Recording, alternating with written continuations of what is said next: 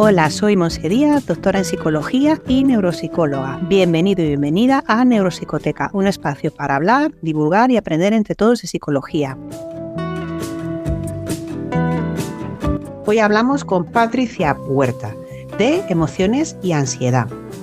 ¿Quién es Patricia? Pues Patricia es psicóloga sanitaria, trabaja en la clínica RM de Morar Zarzal, es experta en el uso del lenguaje, género y emociones y cómo éstas afectan a la forma en la que vivimos para integrar las distintas partes de la identidad personal.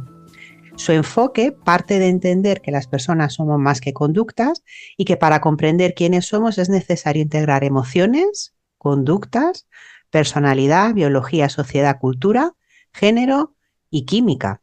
Esta visión humanista y biopsicosocial le ha llevado a comprender que cada individuo es único y que es desde esta singularidad, desde donde Patricia acompaña a cada persona en el proceso de autoconocimiento, favoreciendo el equilibrio y bienestar en relación consigo mismo, con su entorno y contexto social a través del lenguaje. Patricia, buenos días, ¿qué tal? ¿Cómo estás? Buenos días, pues muy bien, encantada de estar aquí contigo, Qué Monse. bueno. Además, nosotras tenemos una relación súper bonita. Ya la contaremos, pero tenemos una relación que va más allá de lo personal y de lo profesional, ¿a que sí? Pues la verdad es que sí, me hablan siempre de Monse y se me abre el corazón, o sea que no Qué puedo decir bueno. otra cosa. Muchas gracias. Siempre formará parte de mi vida y además me ha ayudado siempre mucho porque todos los pacientes lo hacen, pero hay algunos con los que hay con una conexión especial donde dices esto va más allá de simplemente una terapia, ¿no? Y yo creo que fue mutuo y aquí seguimos las dos.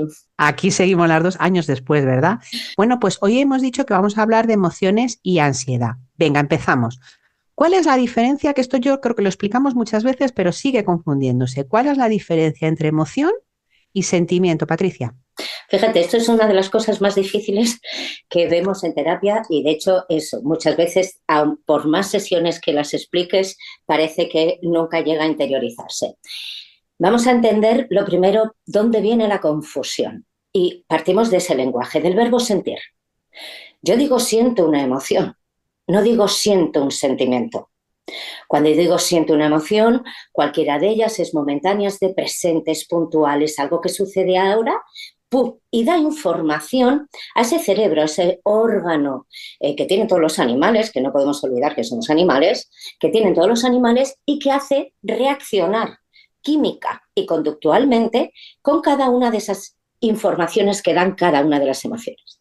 El verbo, cuando decimos tengo un sentimiento, es algo que me llevo conmigo. No es algo de presente. La gente que vive con sentimientos de miedo se levanta con miedo, vive con miedo, toma decisiones desde el miedo, es decir, el miedo la ha atrapado en su vida y condiciona su vida. Es decir, el sentimiento podríamos decir que sería algo patológico. Sentimientos de celos, sentimientos de vergüenza, sentimientos de culpa, sentimientos de miedo, no ayudan en nada. ¿Qué es lo que pasa? La emoción no. La emoción todas son buenas, son instintivas, son innatas, mientras que los sentimientos son aprendidos. Entonces, cuando yo voy viviendo, voy aprendiendo con emociones de presente, pero no las resuelvo, con lo cual guardo esa emoción una y otra vez. Vamos a poner un ejemplo para que se entienda. Si yo desde pequeñita he vivido emociones de rechazo, unos años después yo ya no necesito vivir una situación de rechazo porque yo ya estoy interpretando el mundo donde esas personas me van a rechazar. Y ahí lo que he generado es un sentimiento. Entonces, los sentimientos son 24 horas, 365 días al año. No conozco nada, ni siquiera sentimientos de amor, que sean 24 horas, 365 días al año. En cambio, emoción de felicidad, claro que la tenemos, pero es puntual, pasa algo, necesito un estímulo. Fíjate que si nos volvemos al miedo, la emoción de miedo es, tienes un peligro inminente para tu vida, con lo cual pones en jaque todo el cuerpo, es una situación de muchísimo estrés, liberas cortisol, adrenalina, noradrenalina, acetilcolina, o sea, un montón de cosas para poder enfrentarte para hacer dos conductas, pelear o escapar. Si no tengo un león o un toro o un coche que me vaya a atropellar, evidentemente no es miedo.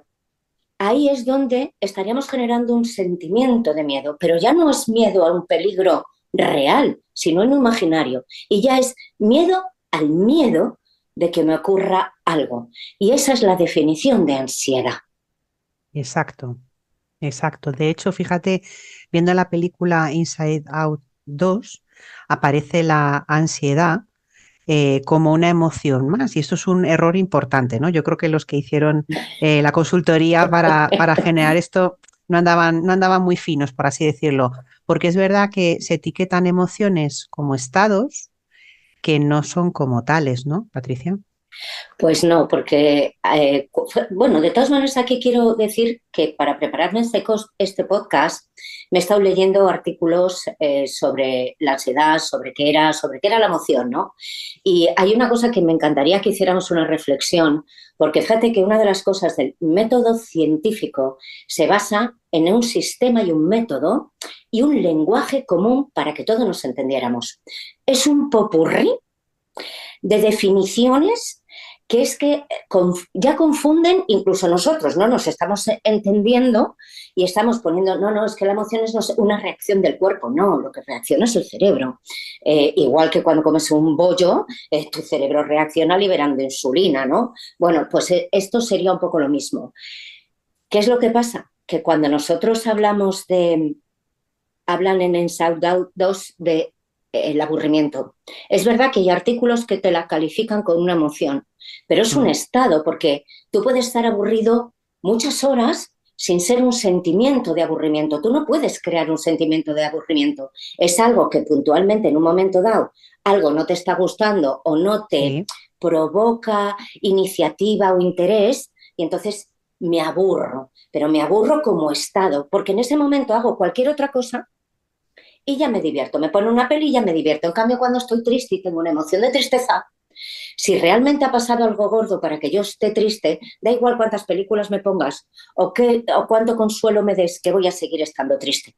¿Por qué? Porque tengo que superar ese suceso en concreto que ha pasado. Entonces, ahí meten la nostalgia sería algo muy complejo, que bueno, aparece y no aparece en la peli. El aburrimiento, desde luego, aparece como una emoción, pero no hace absolutamente nada, ni siquiera hace el papel del aburrimiento, porque la niña no se aburre en ningún momento en la película, no le da ni tiempo. Y luego está la ansiedad, que sí es verdad que la están poniendo como una emoción, y la ansiedad la hemos estudiado toda la vida en patología. Y no creo, y aunque muchos libros te dicen hay una ansiedad normal, que ponen alerta al cuerpo, no, eso es estrés. Y se nos ha olvidado exacto. que el estrés es una dimensión, estrés-distrés. Entonces, que libera cortisol, activa el sistema simpático, o sea, es el sistema de alerta para avisarnos de que hay algo pues que requiere un poquito más de energía. Estrés adaptativo, cuando tenemos recursos, aunque nos lleven al límite, y nos podemos enfrentar a él, y empieza la parte del distrés, que ya son sensación de ahogo, presión en el pecho, taquicardia, náuseas, vómitos, diarrea, urticaria, dolores varios, ¿vale? Que sería ya en la no tengo recursos o la situación me sobrepasa. Con lo cual, claro, el cortisol sigue actuando y yo ya entro en pánico. Ojo, ataque de pánico, bloqueo, angustia. Son cosas a las que me puede llevar el distrés. Claro, si el distrés no tengo recursos y la ansiedad es miedo al miedo de que me suceda algo, bueno, yo no me puedo enfrentar a algo que no ha llegado. De hecho, Eso. la definición de ansiedad es cuando yo lo que estoy haciendo es preocupándome y poniéndome en alerta por un peligro futuro que todavía no ha llegado. ¿Vale? Entonces, es como si dijéramos que hay una depresión adaptativa. Pero fíjate cómo el lenguaje inadecuado sobre las emociones afecta a cómo se perciben esas emociones, incluso cómo se viven esas emociones y la interpretación que hacen muchas veces nuestros pacientes cuando llegan a consulta. Y eso hace que cuando nos cuentan, ¿no?, lo que les pasa, hasta que nosotros les empezamos a aclarar la terminología, les empezamos a hacer ese análisis funcional, ¿no?, de qué está pasando en ese momento y cómo eso se interpreta de una determinada manera, ellos están en ese error continuamente, ¿verdad? Sí, además es un círculo vicioso, Sí, porque además ellos ya han pasado, cuando llegan a consultas, porque ya han pasado por médicos, por otros psicólogos incluso. ¿Qué es lo que pasa? Que les han dicho, no, no, no, tú lo que tienes es una crisis de ansiedad. Entonces, claro, yo llego y le digo, vale, la crisis de ansiedad tuya, pues presión en el pecho, sensación de ahogo, siento que me voy a morir. Digo, bueno, de la ansiedad nadie se muere no. y del distrés tampoco. Entonces, la ansiedad es mental. Digo, si no, ¿para qué te van a mandar al psicólogo? Es que no tendría sentido. Si es solo física, te la atiende el médico, te da una pastillita, te la quita. El problema es que te dan pastillitas y dentro de media hora, como mentalmente sigues en tu rum, y te dicen, ya, ya, pero yo tengo crisis de ansiedad porque me lo ha dicho el médico. Claro, entonces esa etiquetación de la realidad les da una interpretación, saben manejar un lenguaje y nosotros les enseñamos que no es el lenguaje de qué cosas puedo tolerar, cuáles no, cómo es mi adaptación al entorno, cómo es ese contexto, cómo es mi relación fisiológica, ¿verdad? Pues sí, de hecho, la ansiedad se mantiene en un círculo vicioso y la ansiedad en realidad, además de lo que hay en los pensamientos, nos pasa un poco como lo del verbo sentir. El sentimiento es el sustantivo de la acción de sentir. El pensamiento es el sustantivo, la construcción de la acción de pensar. Como todos los humanos intentamos explicarnos las cosas, utilizamos un razonamiento normalmente inductivo, ¿no? O sea, me ocurre algo y necesito saber el por qué. Entonces, ahí justifico. ¿Qué es lo que pasa? Si no, no, yo me levanto por la mañana y es que ya me levanto con el agobio, con la sensación de ahogo. Digo, ya, porque ¿cómo te has acostado? Hombre, ya pensando que me voy a levantar por la mañana. Es decir, hay una conducta de anticipación de que algo malo va a ocurrir. Y entonces eso es lo que le está provocando ese miedo irracional. Pero ahí, ojo, ya está hipervigilante. Sí. Además, evita, no, no, no, mejor no voy. O conductas de seguridad. Mejor me voy con mi amiga, que así le van a pedir que hable ella, que habla muy bien, ¿no? Y yo no me tengo que enfrentar a exponer. Claro, todo eso en un principio puede que no llegue a ser patológico, porque aprendo a vivir con ello y siempre tengo a alguien pero llega un momento en que la vida te golpea de alguna manera, me caigo en el pozo y como llevo haciéndolo toda la vida de forma pequeñita, pero medio que me ha permitido sobrevivir al entorno, de repente ahí ya no puedo, porque me supera tantísimo que ya estoy en un constante crisis de pánico, de angustia. Ojo, aquí hay que entender que el género es muy importante y que las mujeres somos mucho más somáticas y más emocionales, los hombres son mucho más conductuales y sus conductas tienden más a asegurar y a evitar, ¿vale? Exacto. Y no solo es cultural, que muchas veces se habla de la educación de hombres y mujeres, sino también hay una base genética y una base bioquímica, sin duda, ¿no? Sí, sí, de hecho, los hombres, bueno, tengo que decir que las células por naturaleza vienen programadas para hacer mujeres, lo siento por los hombres si se siente alguno ofendido, digo, pero hasta la octava semana se está generando Sí, una mujer. Entonces, cuando empieza a liberarse testosterona, no solo hace cambios en eh, de forma secundaria como la nuez o mayor musculatura, sino que es que hace cambios en las estructuras cerebrales. También porque vienen diseñados en principio para otras funciones más de protección, más de socorro, por decirlo de alguna manera, de ahí que tengan más fuerza y que tengan menos empatía. Tienen 250 veces menos neuronas espejo normalmente que una mujer. Eso no significa que no haya mujeres con menos empatía que algunos hombres y que haya hombres con mucha más empatía, que también los he conocido. Pero estructuralmente no vienen así, tienen su sentido. Si yo tengo que ir a una guerra y tengo que enfrentarme a un chaval de 14 años, no no. puedo pensar, pobrecito. Exactamente, ¿no? Entonces, Eso es bueno, así. están para eso. Nosotras, en cambio, nuestro rol, aunque seamos más de cuidador, y en la vida de hoy es verdad que ya tenemos un sistema de protección de derecho que ya no necesitamos tanto ese rol de salir a cazar. Bueno, dependiendo, hay algunos países, desgraciadamente, que Es así, todavía ¿verdad? sí. Es así. Estás escuchando Neuropsicoteca, un espacio conducido por Montse Díaz para profesionales de la psicología y de las ciencias de la salud. Vamos a hablar de cómo ayudar a los pacientes, que hemos dado algún esbozo, a distinguir 3 cosas. ¿Cuáles son los síntomas de ansiedad? ¿Cuáles son los síntomas de miedo? ¿Y cuáles son los síntomas de estrés? Patricia. Vale. Porque esa distinción es muy importante.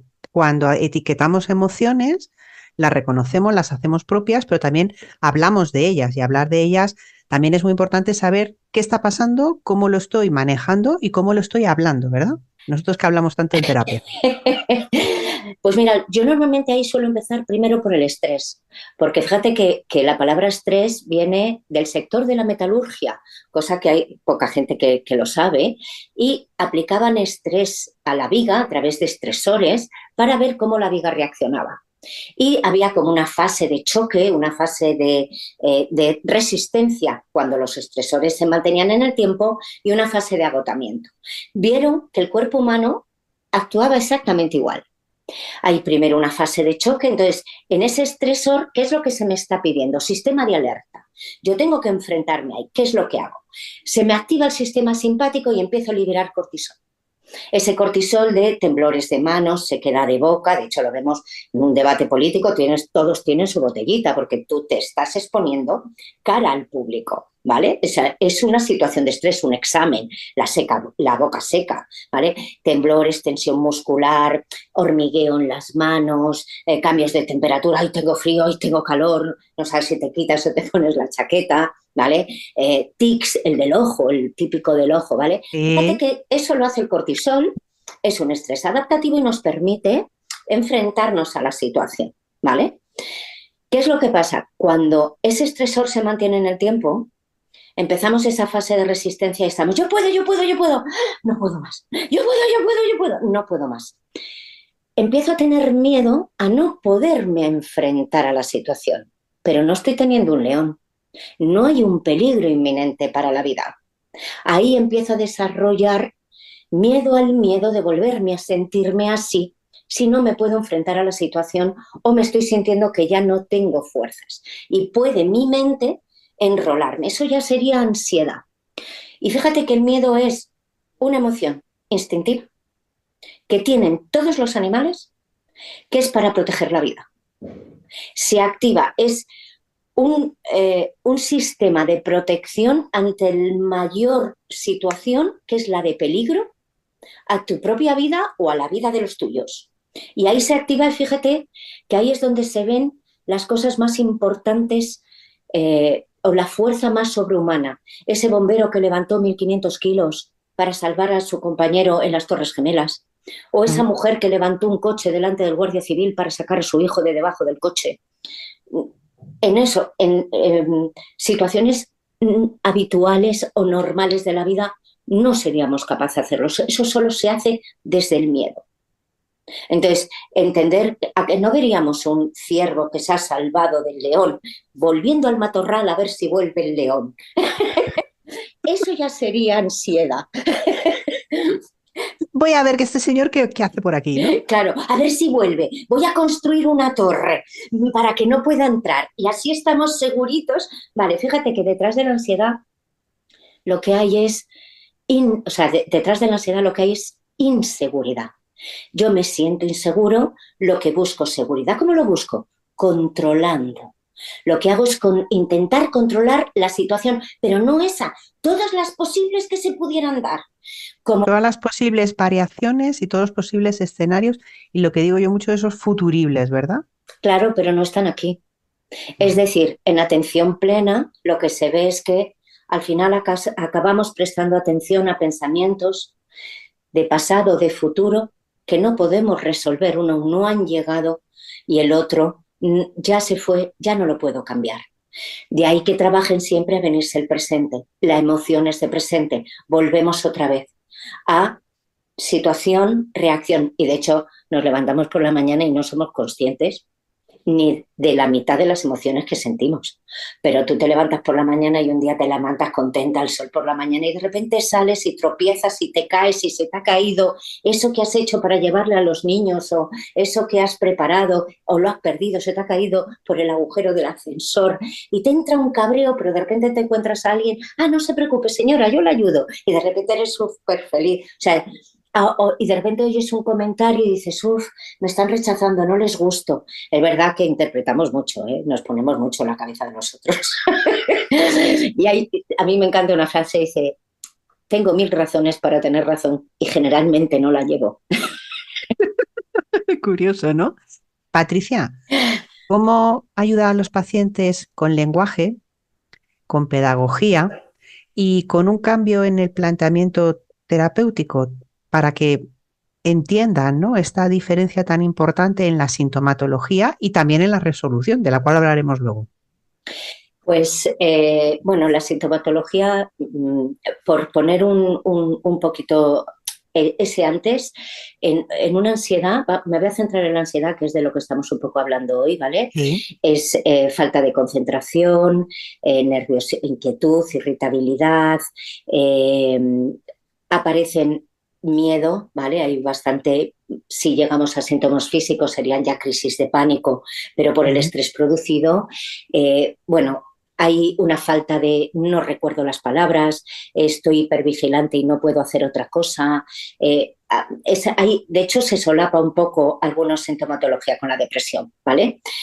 ¿Qué es lo que pasa? Hablando de lo del diálogo, una vez entendido esta sintomatología, hablando un poco del diálogo, lo primero es que ellos se hagan conscientes de entender dónde están y de que sus cerebros actúan a lo que ese cerebro ha aprendido a que tú le digas cómo tiene que hacer en función del lenguaje.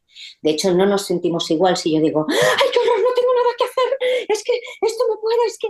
¿Qué? A ver, venga, voy a definir el problema. Venga, ¿cuál es el problema? ¿Qué salidas tienes? Es que esto no depende de mí. En ese Es el lenguaje interno, ¿no? Patricia, es el lenguaje Exactamente. interno. Yo utilizo mucho el sentido del humor, el lenguaje con el sentido del humor, porque cuando yo soy capaz de ver que yo tengo un psicópata en mi cerebro que me hace sentirme culpable o con miedo o frustrado, cuando la situación no lo requiere o directamente porque todos los días me siento de la misma manera, ya estamos hablando de un sentimiento, ¿vale? Y tengo al psicópata completa todo el día, pum, pum, pum, pum, martillando la cabeza. ¿Qué es lo que hacemos? Usamos el humor, como dice Harry Potter en la película, cuando se enfrentan al miedo, que dicen ridiculous, ¿vale? No hay nada mejor que el humor para enfrentarse a ese miedo irracional que no me va a matar, que no es un miedo adaptativo, o sea, es decir, no me ayuda en nada, sino a vivir mal, preocupado con exceso. Ojo, que la gente confunde ansiedad con preocupación. Sí. Y la preocupación, y esto es una cosa que con el lenguaje es algo que explico mucho, preocúpate. Fíjate que la preocupación va dirigida a un problema real y concreto del que me puedo ocupar. Si no me puedo ocupar, ¿para qué me voy a preocupar? La ansiedad no, va dirigida a un resultado negativo que yo estoy anticipando, con lo cual no me puedo ocupar de nada, pero estoy todo el día pensando en cómo me puedo ocupar, despreocupándome de realidad, lo que sí que tiene importancia en mi vida y en los de mi alrededor. De ahí que tenga tanta patología de malestar y de sensación de angustia, de no poderme enfrentar a mi día cotidiano porque ya he llegado al tope. Entonces, una vez que se hacen conscientes de esto, es ayudarles a cambiar, Dios mío, las resistencias que hay en el cambio del lenguaje. No, Sí. es que no lo puedo cambiar. Digo, hombre, si tú has creado este lenguaje, yo puedo decir, ay, qué horror, me he caído ay, Dios, he suspendido, no voy a hacer nada, el resto de mi vida voy a ser un fracasado. O puedo decir, me ha suspendido, si la llevaba muy bien, ¿dónde he fallado? ¿Cuáles son cómo la puedo enfrentar? ¿Cómo puedo ayudarme a entender mejor esta asignatura? A lo mejor necesito contratar a alguien que me la explique. Por ejemplo. Y fíjate que es el mismo hecho, pero me estoy sintiendo de dos formas completamente distintas. Y lo único que estoy cambiando es el lenguaje. El lenguaje, dicen, el verbo, el poder lo tiene el verbo. Y el verbo es capaz de generar una guerra y es capaz de dar el mayor consuelo. Porque no utilizamos eso que vemos con el otro, que sí le pedimos a los niños que expresen de otra manera en el cole. No, díselo de otra manera. Pero cuando yo, como psicóloga, o tú, seguro que te lo has encontrado, se lo dices a tu paciente y dices, yo no puedo. Sí. No, es que yo estoy hundida y no puedo. Claro, si tú no puedes, yo no puedo. Pero lo más importante, si estás hundida, los barcos hundidos no vuelven a navegar. Cámbiame, venga, me gustaría más que pudieras decir, soy un náufrago con un tronco en un remolino del que no puedo salir. Bueno, a lo mejor podemos cambiar el tronco que te está tirando para abajo y ponerte un flotador que te ayude a salir. Exacto, ¿no? En ese sentido, cómo el lenguaje nos modula, ¿no? Y nos lleva y nos cambia. Nosotros que trabajamos con ese lenguaje, ¿no? Con la proyección de ese lenguaje. Patricia, para ir terminando, mensaje de esperanza. Sabes que yo siempre me gusta poner al final mensaje de esperanza con esta ansiedad, estas emociones, este sentimiento y este estrés. Mensaje de esperanza. Venga. Pues decir que he visto tantas veces cómo ese cambio en la vida, ese encontrarse consigo mismo a través del lenguaje, cambia la identidad, cambia cómo te quieres relacionar con el mundo y los abrazos que yo me llevo. Cuando la gente te dice, gracias por haberme ayudado, porque estoy aquí gracias a ti, les digo, no, estás aquí porque tú te has permitido estar aquí, cambiando tu lenguaje y enfrentándote a la vida de otra manera. No hay nada, hay cosas mentales que no podemos arreglar en el sentido, son biológicas, pero hay otras que son las mentales, las conductuales, las de esas actitudes que nos pueden llevar a ser felices como concepto de vida. Aquí y ahora, el presente, no necesito y no espero. Y cuando eso cambia con uno encuentra una tranquilidad y una paz y una manera de relacionarse con las cosas muy diferente. Y lo he visto muchas veces y decir, todo es posible si tú quieres.